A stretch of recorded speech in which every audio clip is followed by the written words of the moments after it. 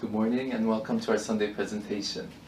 United Lodge of Theosophists, Washington, D.C. meets every Sunday at 11 a.m. for the discussion of a particular topic. Today's presentation will be on the topic of the purpose and benefits of meditation. And next week will be the commemoration of Mr. William Q. Judge. We also meet every first and third Sunday of the month at 12:30 p.m. to read and discuss selected theosophical writings. We're currently having roundtable discussions on the Bhagavad-Gita. United Lodge of Theosophists is guided by its declaration, which states the following.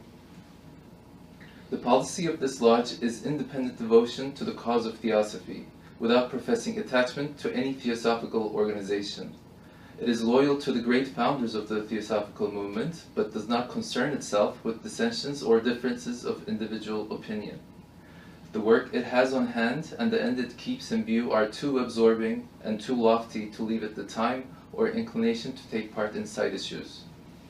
That work and that end is the dissemination of the fundamental principles of the philosophy of Theosophy and the exemplification and practice of those principles through a truer realization of the self, a profounder conviction of universal brotherhood.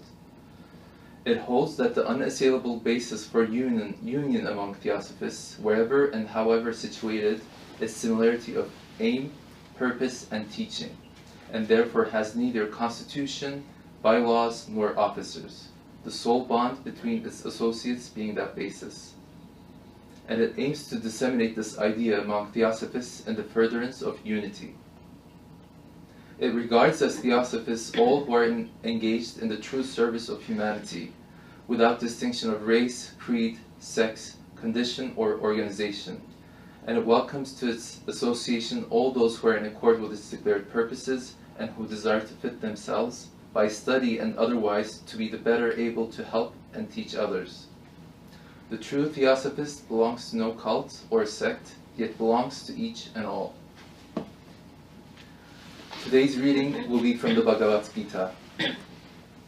Arjuna, O slayer of Madhu, on account of the restlessness of the mind, I do not perceive any possibility of steady continuance in this yoga of equanimity which thou hast declared.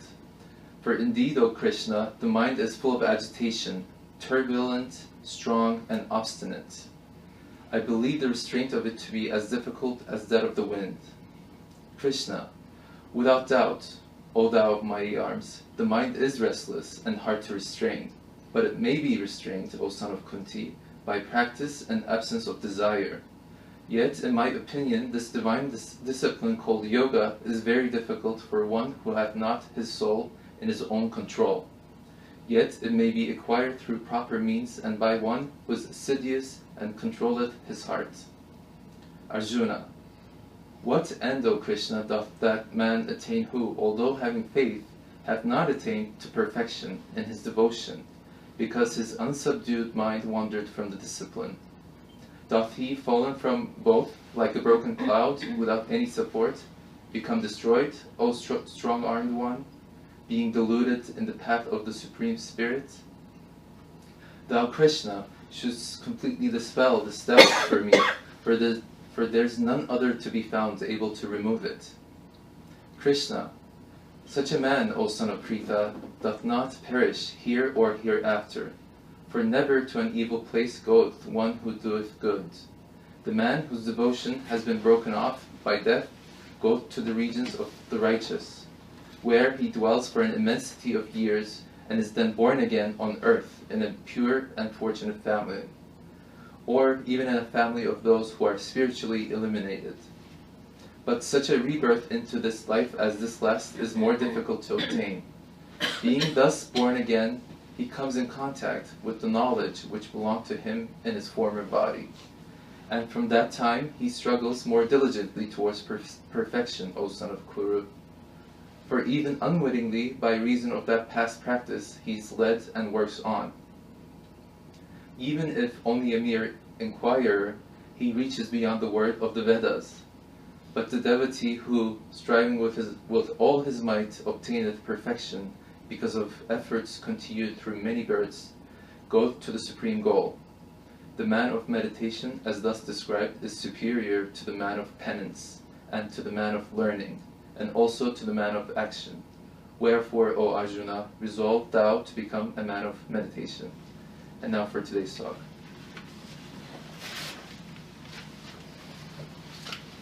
Good morning and welcome, friends. I don't know if our new student is familiar with theosophical terminology. Maybe not. It is very difficult to give a talk without these Sanskrit terms, because the Sanskrit terms have a different connotation to the mind, that is. However, we will start with simple statements, and if there's any questions, we will answer it at the end. Now, in Theosophy, we always discuss the mind as working in two different ways when it is incorporated into the human body. And the designation is that without understanding how the mind works and where one's own mind is, meditation is not possible. Because here's Patanjali's Yoga Aphorisms, and in this book, all that is necessary for meditation is explained. Bhagavad-Gita makes all of the same statements, but the language is a little bit different. The voice of the silence has the same advice in it. So if one can follow it, one can really learn how to meditate. It's not such a difficult task. But if we don't know where our mind is, how to control it, meditation is not possible. Because there are three phases to meditation. The first one being concentration. And put it here. Concentration. Contemplation, and last one is meditation. And this is called samadhi. This is a Sanskrit term. In all of the books, it's referred to as samadhi, being the highest trance state on earth is samadhi. And we can sit for meditation through this lifetime and not achieve it, and it's not something to be concerned about because it comes at its own time. So the control of the mind is necessary, and that is what meditation is all about, really. But if we don't know how to do it, we won't achieve it. If we look at our own mind and where it's at, then we have a clue as to what it is that we are supposed to do.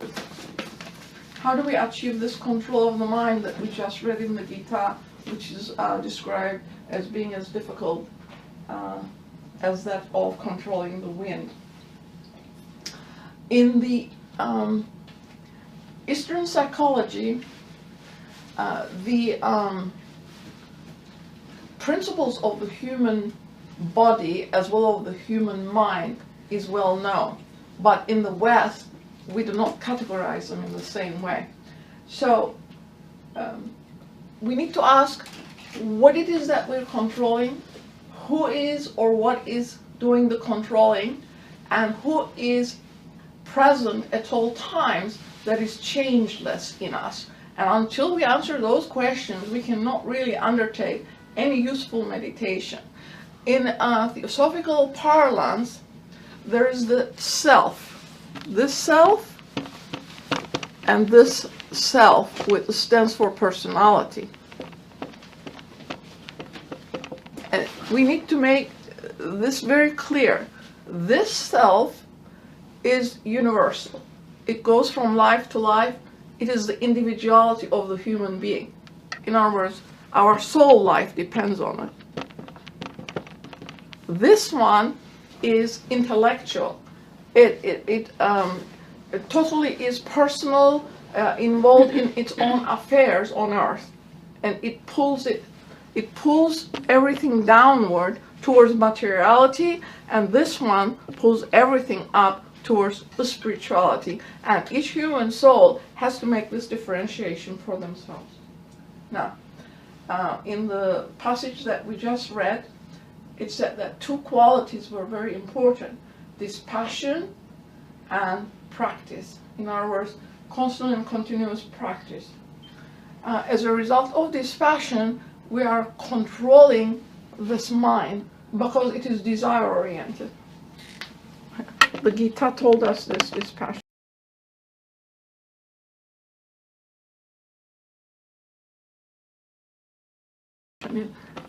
It's very important.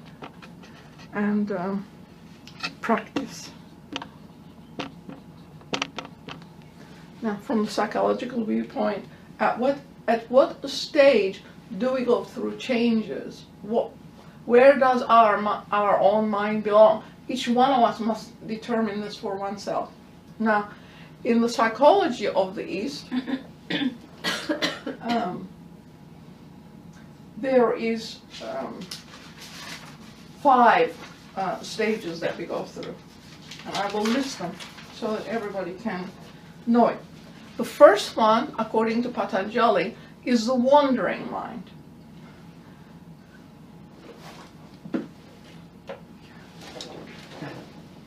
It's the wandering mind.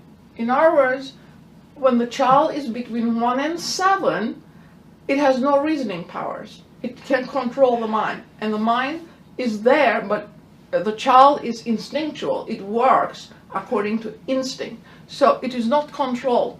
And that wandering mind comes into being during that period of time, 1 to 7.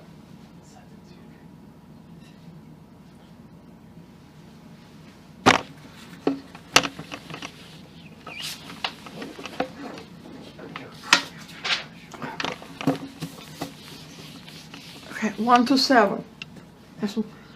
This wandering mind, wandering,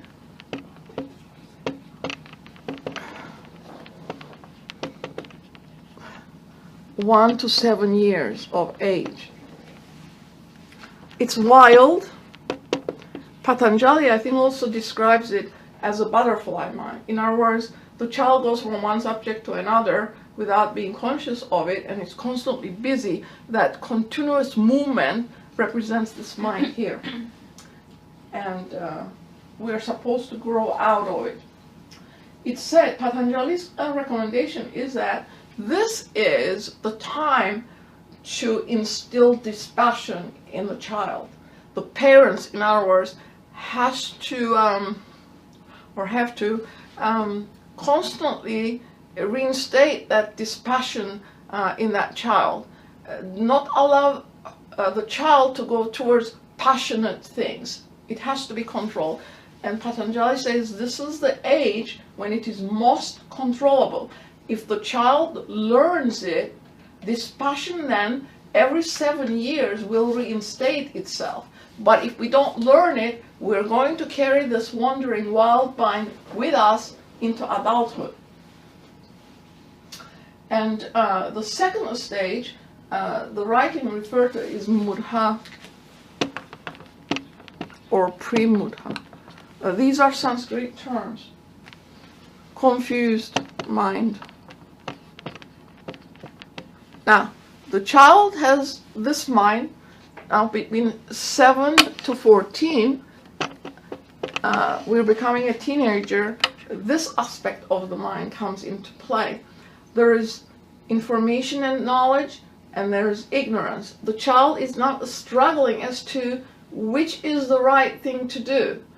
This is the stage when that comes in. He still has this, but this is added to it. And recommendation was practice. In other words, whatever is necessary for the question at hand, the child has to come up with its solution, and so that continuous discrimination, which is good, which is bad, what applies, what does not apply, comes into being here.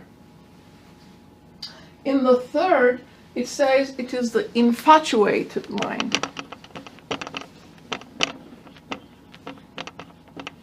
Infatuated mind. And this is between 14 and 21. We have these two, and now we're adding this one. It is vikshepta And each one of us must determine as to where our mind is. Because I assure you, we all have it. Unless we have become one-pointed, all these stages are in each human soul, every one of them. So, in this stage, the young man is stuck on one idea. One idea. One idea. And all their attention is turned towards it. Eventually, we're supposed to break through it, see the error of our way, and come out of it. But a lot of us remain stuck. Because if you look at human beings and how they deal with life, that one idea is still there, and they work through it into all the other aspects of life. Now, the writings say that this is when a fanatic, a lunatic, all those things come into being because of one being stuck in this mode. And it is supposed to lead us to one-pointedness. This one idea, we're going to become one-pointed. What is this called in the Patanjali's aphorism? It is called ekagrata, one-pointedness. In other words, we're going to break out of that wrong idea, and it is very painful, by the way, because this has been observed in our own child. When that idea breaks down, the young man goes through a tremendous amount of suffering, but survives it. And that survival teaches it that, okay, it was an error, but I can live through an error. It was my error, I made it, and now I can correct it. So it is supposed to lead us to one-pointedness. In other words, we're going to, for the meditation, it is necessary that we can put the mind on one object or subject and hold it there without allowing it to fluctuate. Because the natural tendency from here is that the mind flips. It goes its own way, it wants to go somewhere else, and it will pull the soul with it, because it immediately, if you put something there to think about, it's going to move it to somewhere else. That's its natural tendency, it comes from here. So, we're going to talk about meditation and its benefits. Everyone needs to know where their mind is for themselves, because all these stages are there until we come one-pointed. And we would know if we were one-pointed, because it means that we can hold the mind on that object or subject we choose to hold it on as long as we want to in meditation. That's what meditation is all about, controlling this movement of the mind, which has been described in the Gita as difficult as controlling the wind. But which mind are we controlling, and who's doing the controlling is the next question we need to ask. And we said it works in two different ways. Two different ways.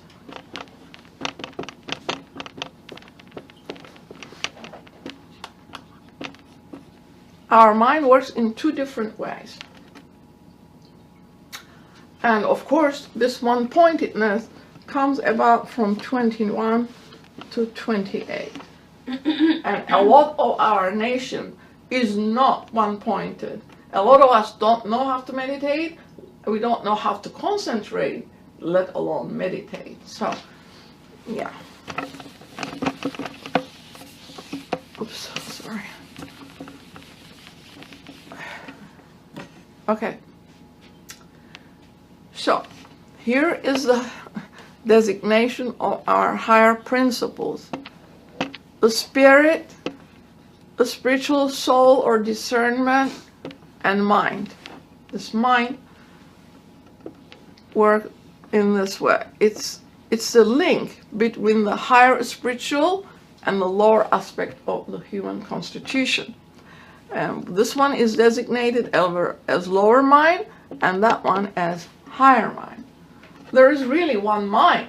but it does work in two different ways.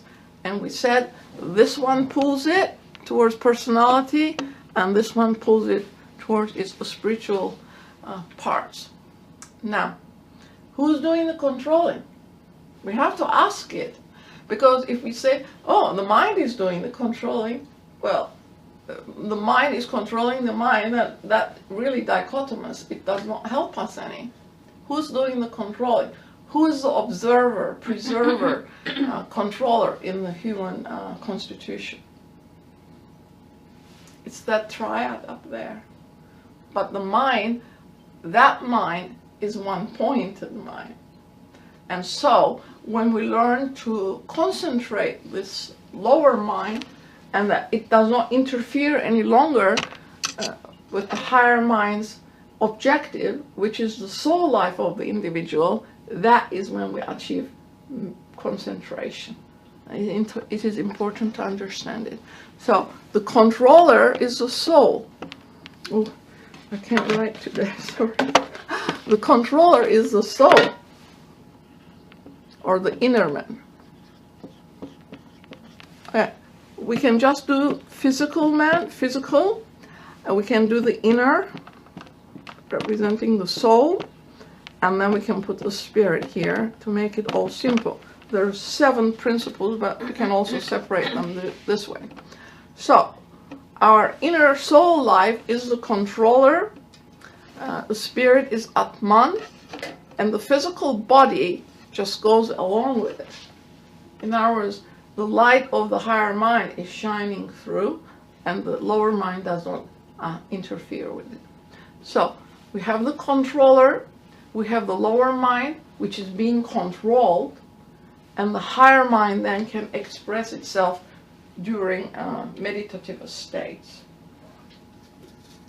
Okay, so we said that 21 to 28, we go from, deliberately we can go from object to object, hold the mind steady with purpose and will, as long as we want it. And that mind, by the way, does not require any rest. It is joyful either while it is working or resting. But in itself, just like a businessman does a whole day's worth of work, and at the end of it we require a rest, that mind does not require any rest whatsoever, because it is in its own sphere and expresses itself freely. Zest and joy comes into all aspects of the human being. There's no dreaming left, because it is active and alive, or conscious on all levels of the human constitution. Now, where are we going from 28? Between 28 to 35, expression of the higher mind comes into it.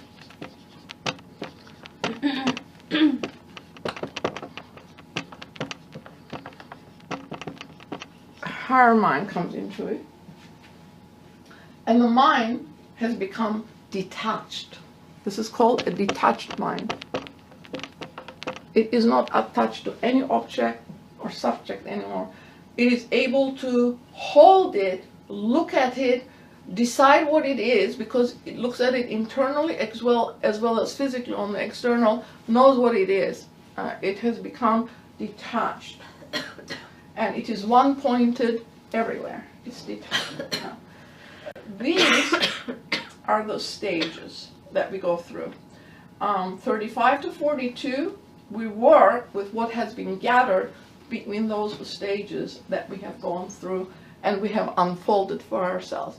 So once each human soul decides which, and the writings state that we need to pay attention to the first 3, because we definitely are not one-pointed as a nation. We don't know how to meditate. So talking about benefits of meditation would be useless if we don't know at what stage our own mind is and how we're going to learn to control it. Because remedies were given. The first stage said dispassion. The second stage said practice, and the teenager is learning to make decisions based on knowledge and also ignorance, because both is there. Now, between 7 and 14, it is stated that seed ideas need to be implanted into that young child. Seed ideas. Seed ideas are ideas that will enable the child to return over and over again in his own mind to that principle, think about it and see how it applies to his own life. Especially theosophical parents need to do this for their children. It's extremely important. In Theosophy there are principles. Theosophy is all about principles. It's not about personalities, it's about principles. And if we uphold the principles, then the child will grow up dispassionate with principles. What are the principles? That's a talk on its own, but let's mention a couple. What are the principles that we would implant into our young child from childhood up? Would we ask the child, where were you before you came? Would that be appropriate? Our life as human beings are based on unity. How would we impart that to the child? Because the child has that tendency, it's mine, it's mine. It has that tendency to grab it. How do you make that a universal principle in the child where cooperation is the leading aspect of it rather than separation? So these are seed ideas. The seed ideas are important. Seed ideas based on unity, continuity, ethics. And the ethics would have to be based on unity. We are teaching the child cooperation.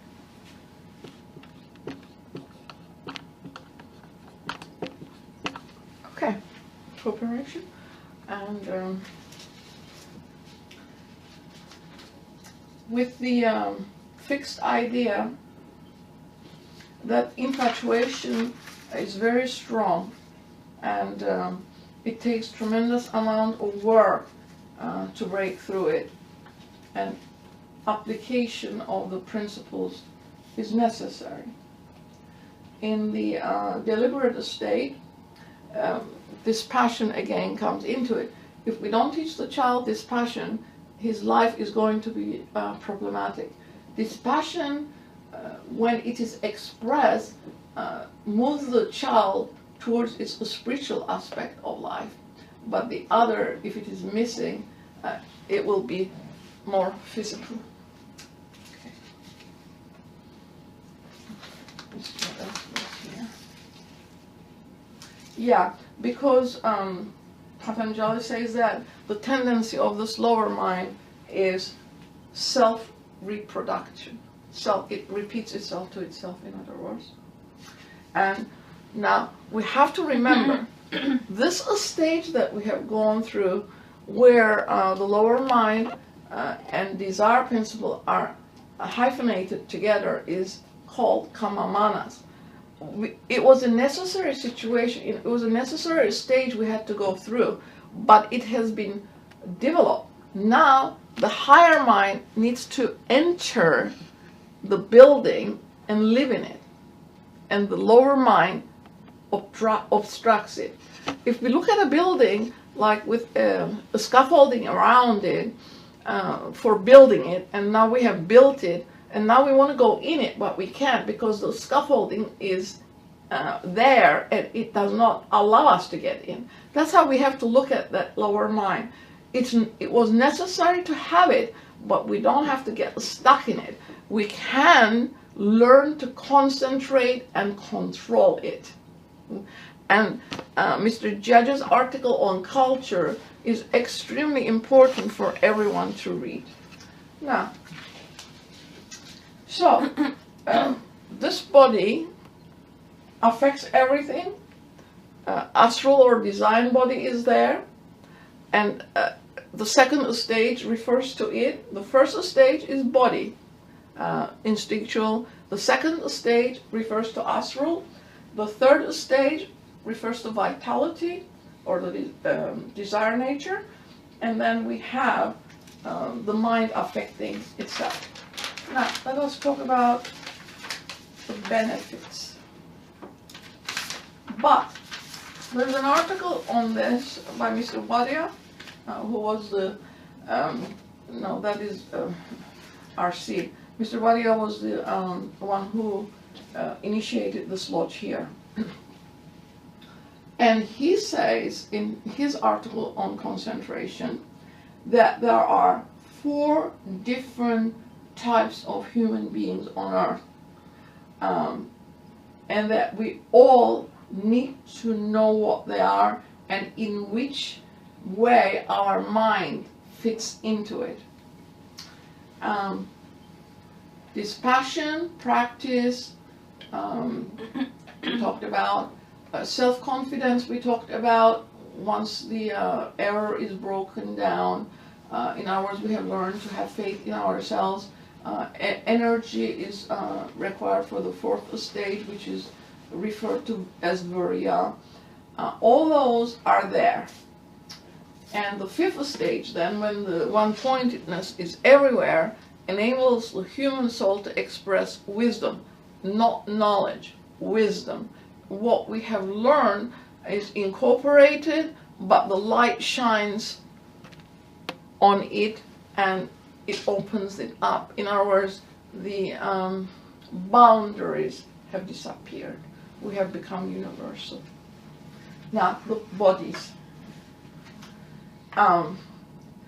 These also correspond to the caste system of India, but that is not what we are talking about here. We're talking about that when we come into the universe, onto the physical plane, we are fitted to do something better than all the other things that presented to us. One of them is represented as a worker, server. The other one is a trader or merchant. The third one is a soldier or administrator. And the 4th one is a teacher or an educator. So, from the standpoint of a teacher or educator, it means that that soul is able to talk about its lore and impart it to others. All the rest falls into self-conscious beings doing what they have come to do from the psychological viewpoints. So, which stage is our mind in, and to what workforce do we belong?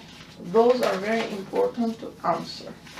And once we answer it, then we can go to meditation. It's actually concentration. What is it that we're trying to achieve in meditation, for instance? What is it we're trying to achieve? And what would it be, its benefit to us?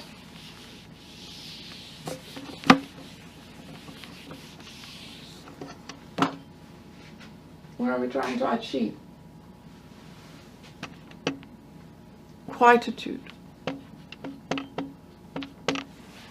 We're learning to be quiet. Why is this state very important? Our nation has become a chatterbox. Communication is going at all times. People don't stop to think about what they're doing, let alone think as to how to learn to concentrate their mind.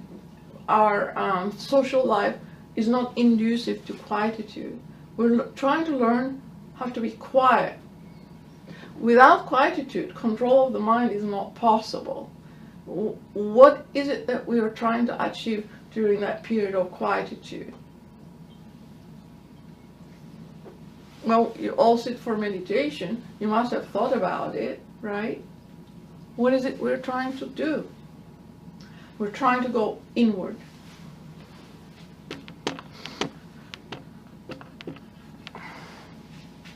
Concentration requires that we quieten our environment and we move inward. what's the benefit of that state to us? Truth. Mr. Judge tells it to us all the time. We must be calm at all times. Calm. Calmness. It gives that calmness to the nature of the human being. In other words, whatever experience comes, you're not reactive to it. You're calm and you consider it.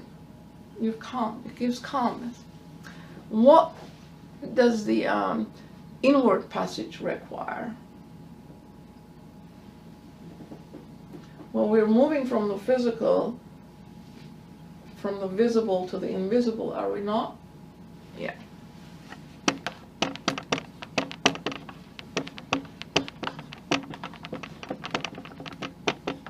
We're transcending. In the human constitution, the physical body is the only one that's visible. All the other constituent parts of us are not visible, but they're there. What comes after the physical body? We call it the design body here.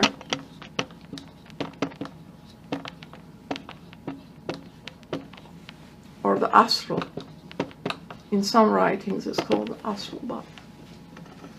So when you're going inward, just like in a sleep, you go through these stages. This is what you're doing. You're going through these stages, but you're doing it by control, not by automatic action where the lower mind is asleep, and so the human soul goes through very easily into all these other spheres. So the design or astral body, that's where we're going to go next. What does that control? All of our emotions is recorded in the astral.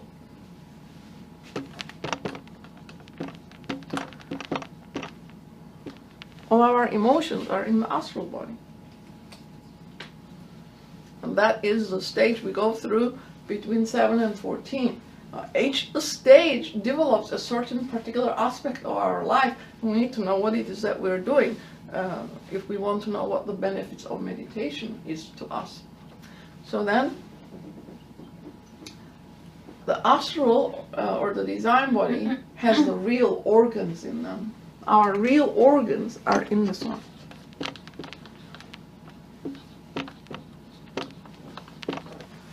What are we talking about? The physical eye is not the one that sees. The physical eye gets information from our environment, but the seeing is done internally.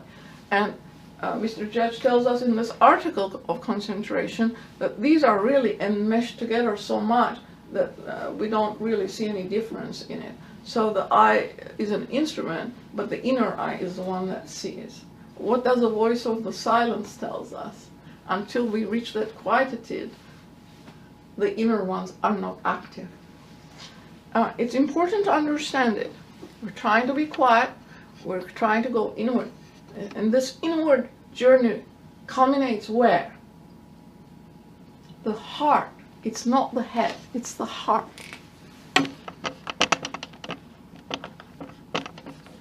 The heart. We're trying to reach the inner core. And when I go here, I'm pointing out to my physical heart, but it's not the physical heart you're going. You're going to the inner heart. This one, electromagnetic one. And he says here, when concentration is perfected, we're in a position to use the knowledge that is ever within reach, but which ordinarily eludes us continually. So, if we reach to concentration, the knowledge becomes part of our constitution, and we can use it. Why are we in the theosophical movement is the other question we need to ask ourselves. The movement came about in service to humanity, and that is its purpose. It's to serve the collective good. So all of the students, according to where their mind is and what their aptitude is for work, they need to contribute something to this endeavor willingly, because humanity's welfare is at stake here. Okay, so he says usually we look for knowledge on the outside, in the real form, but that is not really knowledge, is what he is telling us. To come to the truth, you have to go inward. So he says there is a power of discernment, the cultivation of which will enable us to know whatever is desired to be known. Would that be beneficent to us? It would be, because our society is plagued with a lot of problems, and we need to learn how to solve them. And the solution is within us too, because the knowledge is there, but we have to get at it, and we have to express it as knowledge before we can become really useful. So then, we're traveling inward. What's the third stage we have to go through? The real organs of the body is in this design body, and we need to learn how to control them too, is why this is up here. And certain characteristics of the human soul, when it is not exhibited as soul life, becomes apparent because the lower mind is in charge. And there is a list of them here, and we shall mention them.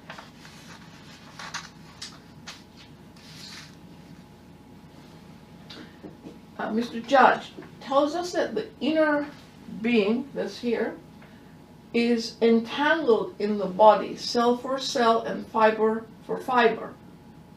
So in order for us to be able to separate the body from the astral body, we have to go about working on it to do so. And he says this is not an easy thing to do. It is neither easy or quick of accomplishment. It has to come about through as a result of years of careful training and experimentation. So it cannot be consciously done until the inner man has developed and cohered into something more than irresponsible and quivering jelly. So here it is. This work has to be undertaken. In other words, we have to separate the astral body like the mango and its fibers. Same principle here, because the fibers are everywhere within the body, and we have to separate it. And why do we want to meditate?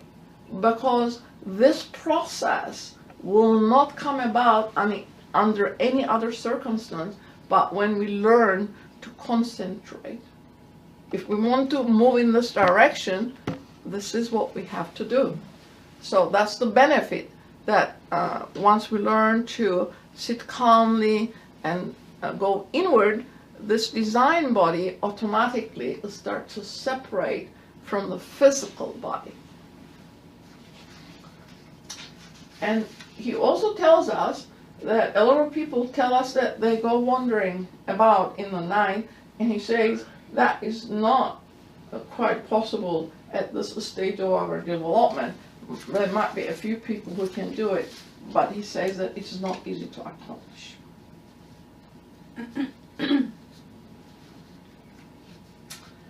And then he says, once we have undertaken this task by sitting for concentration, and we're separating this, we notice that certain things are happening to it. That its appearance becomes cloudy, with certain centers of energy caused by the incipiency of the organs that correspond to brain, heart, lungs, spleen, liver, and so on. And it follows the solar system in its development. It is influenced by the very solar system to which it belongs, and in our case, it's our own solar system, of course. So this cloudiness interferes with its coherence and shape. and hindrances occur. What are the hindrances? He mentions 3 or 4 of them. He says that if you look at it, we can see that at times it is violently shaken and pulled apart, and it bursts into fragments, and it has the tendency to fly back into the body and take the same entanglement as we spoke of at first. He says this is caused by anger. So, as we are sitting for meditation, first stage of which is concentration. I'm sorry. Concentration. We have to also be able to know what we are doing with our astral body, and that anger is its enemy because it shakes it, it violently shakes it, and it fragments it, and it flies back into the body. And here it says, it is not important as to what the cause of the anger is. The important thing is that we need to learn to control it. Here again, exhibit calmness at all times and not allow anger to come in.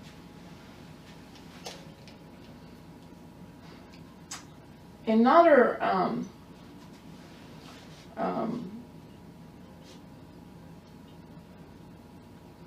disagreeable appearance of the astral body, he says it becomes cloudy with a disagreeable color, which is the precursor of putrefaction.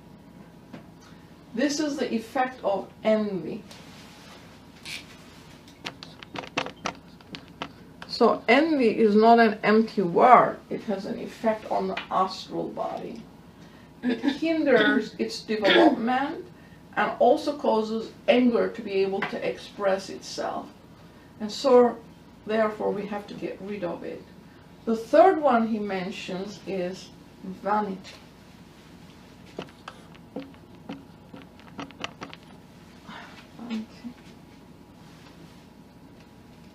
It says that it is the illusion of nature, and it produces erroneous, evil pictures and drags the judgment down, presenting it to the inner side as the truth. And it is important, he says, that we get rid of it.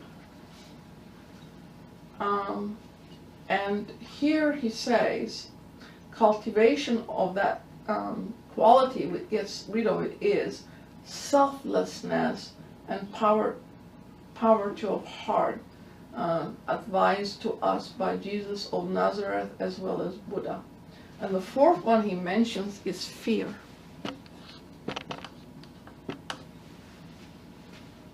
This freezes it, it contracts it.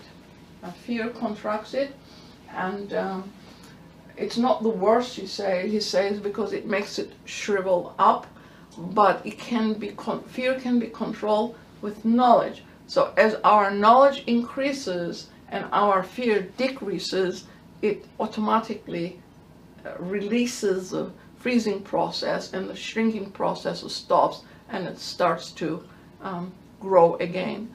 So I have run out of time, but we will continue with the subject on another day and consider it from a different viewpoint, perhaps. So we will stop it here and open it to questions. We have described how to go to the inner life and quietening the mind, becoming calm, and when we transcend, our environment disappears when we are going inward, and when that is achieved, then we have learned to concentrate.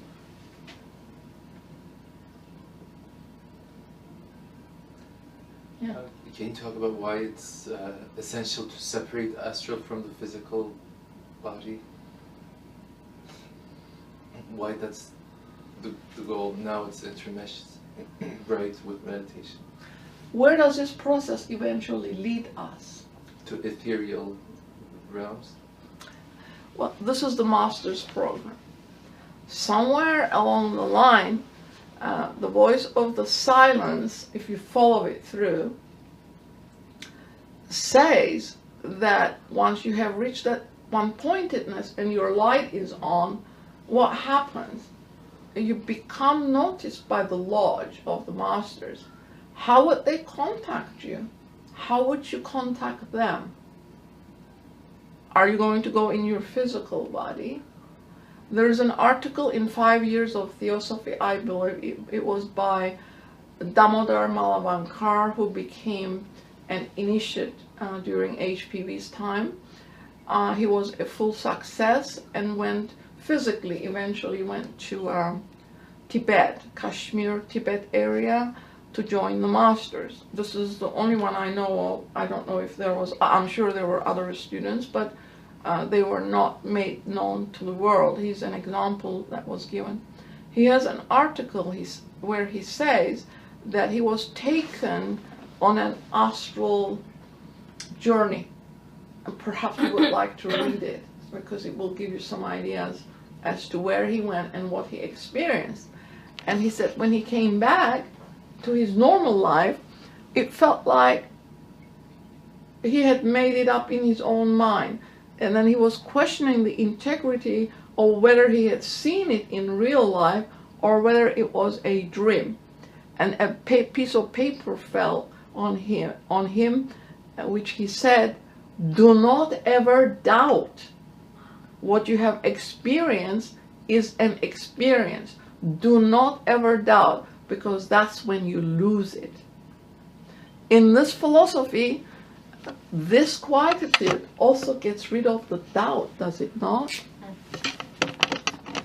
A lot of people have doubt as to whether it is whether this philosophy is real or not. But that conviction also is an internal quality. And when you sit for this obtaining of quietude and reaching inward, all those things disappear also. What is the key here? We only went into two aspects. The next one is vitality. What is vitality? In its Sanskrit, jiva. We didn't go into it. We didn't have time. So you're going to go into jiva. What else is there? We talk about the lower mind quite a bit. We gave a talk last month, I believe there was a talk given. Because it is extremely important to understand it. How do we understand it if we don't talk about it? And you can only bring a little bit to the surface each time, because you have to look at it from a particular perspective each time. You cannot just say mind and do all of the necessary steps for it. This is the meditation aspect of the mind. But we only discussed two sections or two principles of the human constitution. There are 7. But we are told where the mind is concerned as to have to be determined where our own mind is, just to consider the first 3. What did we say they were? The first one was the wild mind. The next one was the confused mind. The third one was infatuated mind. So those 3 are the ones that each human soul has to consider when you sit down for this process. Because what comes into your mind and how your mind flips will tell you where you are. And the remedy was given. The first one, dispassion. Whether you have it or not, whether you were given it or not, now you have to cultivate it within yourself. If your parents didn't give it and you grew up through that stage, it means that that mind is still with you. You added a different component as you grew up, but because the remedy wasn't there, you did not grow to be dispassionate by the time you were 7. From 7 to 14, then we have the second stage where doubt comes in, right? Because knowledge is there, but also ignorance is there. You don't know a whole lot during that period between 7 and 14. You're learning it, so you're confused about things. So that is in you too. If you have not corrected it through practice all through those years up to this point, you still have it. And the third one is that infatuated mind. In other words, the mind is stuck on one thing, and it wants to go to it. We saw Jason go through that stage, and it was very painful for him when it cracked. He went through tremendous pain, but then he found himself again. And that is important to go through at that stage, because otherwise you're carrying it through. One-pointedness comes when that fixed idea breaks down. Whether one goes through it or not, this student cannot tell, but you would be able to tell for yourself whether you went through it and came out as a whole human being, because it's painful. The cracking that fixed idea becomes very painful for young people between 14 and 21, because that's when you're trying to move into college life and into social life, and all that stuff comes into it. So then it's important to know where you are, but this will eventually have to be undertaken. Where do you go at night, do you think, when you fall asleep, and in which do you travel? Your body is right there on the bed. Your lower mind is totally turned off, but the higher aspects of you are free to communicate with what? The star dust it is made up of. This body is made up of star dust.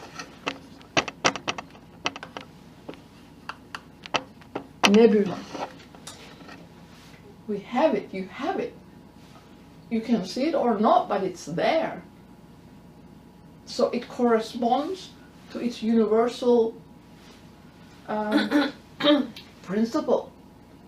And how would you become one-pointed everywhere if you cannot access those fields of operation intentionally? The masters can transcend all the way, knowingly. This is what we're trying to do too. That's what meditation is all about. Samadhi is the highest trance state a human being can obtain on earth, which is nirvana.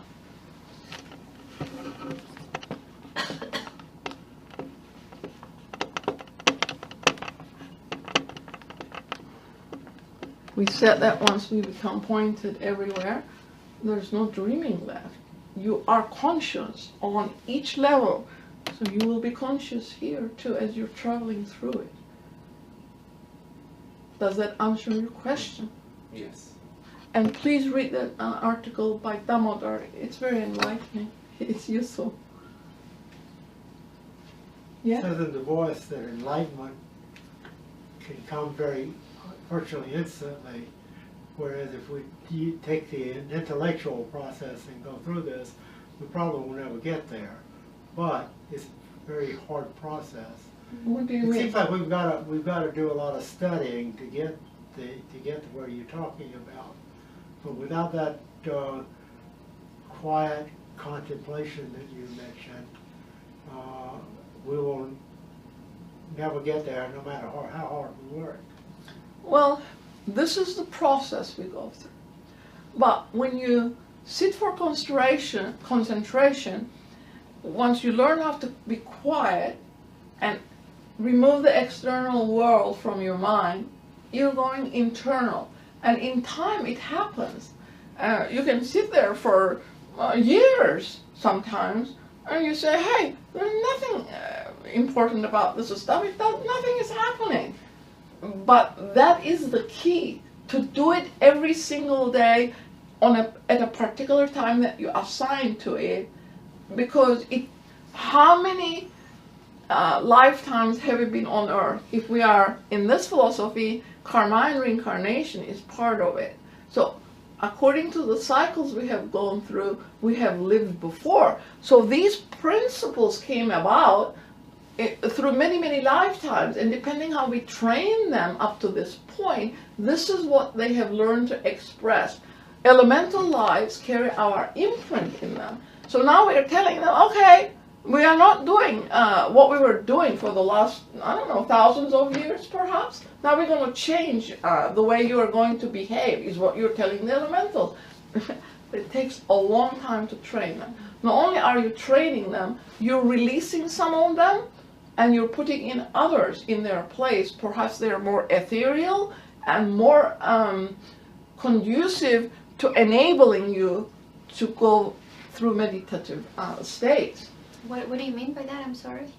Okay. Are you familiar with the elemental lives in your physical life? I think so. I mean, okay. not through this school, or maybe through, I don't know. Elementals, their lives.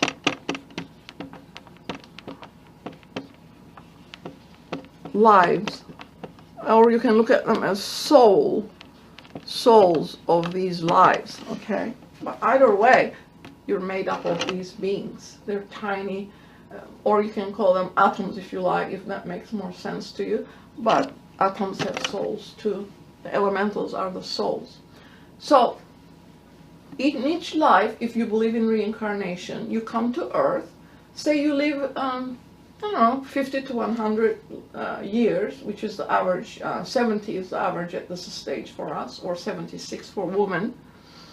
And as you live each day, you're thinking, are you not? You're speaking, you're thinking. It's recorded. These elementals carry your electromagnetic imprint. Because what did we say? The design or astral body is electromagnetic. It's invisible and it's ethereal, but it is electromagnetic. So that's for another class already. Sorry? That's Another material talk? for another talk. Oh, we gave some. They're online. Maybe you want to listen to them. Sure. We visit them, you know, Interesting. intermittently. We talk about the same things over again. So, in every cell in your body, these beings are there. Okay, you have atoms. You have atoms make component parts of the cell, different functions, and then the cell belongs to an organ system. It's either liver, lung, whatever, and they all learn to work together to keep you as a unit, because you're an organic unit. So you're imprinting what you're thinking, what you're doing, your actions, first thought, a speech, action, you're imprinting all that into those beings. They're lives, but they're very intelligent. HPV says each organ system in your body has an intelligence of its own kind, because these beings retain the memory. So when you said before, I don't recall exactly, but if you undergo a change and get closer to maybe quietness and more, you know, concentration, meditation, and you said something about you exchange. Yeah, you breathe in, you breathe out. Do you know? Okay, so so you're according taking, to your vibration or your frequency, you will let go some, and then. and you're bringing new ones in. What about your diet? Don't you take the stuff in? Your digestive process. You eat what you are. Depending what you put in, you're either etherealizing yourself or you're making it more condensed according to the food you eat. They don't recommend anything in this philosophy, by the way. It's not just very vegetarian. HPV says cows are vegetarian too. You have to modulate or control the mind as to how you want to think. In other words, if something undesirable comes to your mind, you're in charge as a soul. You can stop it and say, I'm not going this way. It's a negative thought. I don't want it. Because you don't want the imprint on these lives. You can change your thinking. Because every occasion that comes to us is not pleasant. Okay? Right? We all go through pain in life, in other words. But the pain comes as a result of what I have done before. Because just like when you throw a ball onto the wall and it hits the wall and comes back, whatever you have done in the past, its opposite reaction is going to come to you, good or bad. you made that choice. Now it gives you an opportunity to either correct it or improve on it further. In this philosophy, there is no sin per se. There is wrong action and correct action. Correct action moves you forward. Incorrect action, its opposite reaction comes to you so that you can harmonize what you had disharmonized before. It gives you an opportunity to correct it. And that is when we feel pain. Because we did it, we don't remember it, and now it has come back to me, and I need to do something appropriate to the occasion and not let my feeling nature with the lower mind, we said kamamanas, or mind and desires, lower mind and desires, not allow that to control what my reaction is going to be to this occasion. So your imprint, electromagnetic imprint, are all on those lives. And when you sit for this quietude, they either enable you or they distract you. You mentioned the first stage of meditation, or the ages, the wandering mind between 1 and 7. Right. Don't we all still have that? Maybe we're on our 60s, 70s, whatever age we are. Were you referring that to, let me say it again, to stop that wandering mind is just during meditation, or are you referring to our life, like when we're if we're awake from 7 to 10 at night, to stop that wandering mind? Because modern psychology says that it's natural to have a wandering mind. We can, if we go back to our line of thoughts, we can know where one thought generated another, and it generates other thoughts, and just a link. If you have just obsessively just one thought, that is conducive to schizophrenia or paranoia. So I'm wondering if you were referring to our daily activities, wandering mind, or just during meditation. 1 to 7. Mm. What did we call that mind? It's a wild. It's wild. It's not controlled, in other words. It just is there because you're not your reasoning powers are not there. Excuse me.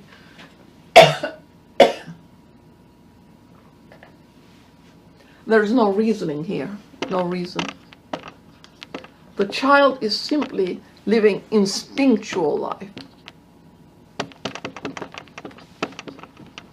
The child is instinctual. It follows the inside out, but it's instinctual. It's the body that really is controlling everything. How does that get control? Through dispassion, we said.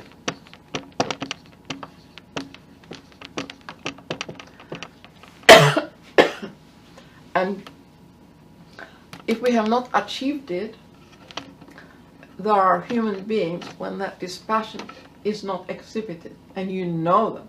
They're around us. What does this dispassion exactly mean? Detachment? In other words, your passionate nature is under control. I'm sorry.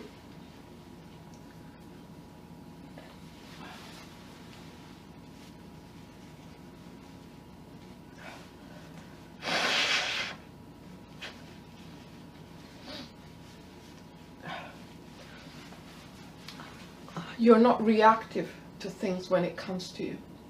You think about it and you make a decision as to how you are going to react to the event that has come to you. Where with this, with the passionate nature, it's an automatic reactive process. You immediately react to whatever it is that's going on around you. You are not in control, in other words. This passion makes you control this mind. If you're desire-oriented, and the kid doesn't have it, it's the environment that teaches it. But if we teach them not to go that route, that dispassionate nature every 7 years will reinstate itself. And you see these human beings who grow up controlled, and they have very serene attitude towards life. They're around us. You know who they are because they show that they exhibited it. Okay? They don't get excited very easily about anything. So, Carolina, to come to your question, if you have not obtained that dispassionate nature by the time 7 has arrived, and most of us do not, because the parents don't know how to instill that into us. This is a very competitive environment we live in. In fact, the parents, I think, are teaching the kids the opposite to it, because they argue as to which one is better than the other one, punch the other child. The parent is punching the other child. Disgraceful behavior if you look at it, but nevertheless this is the kind of society we live in. We're not teaching our children to be dispassionate, we're teaching them to be competitive.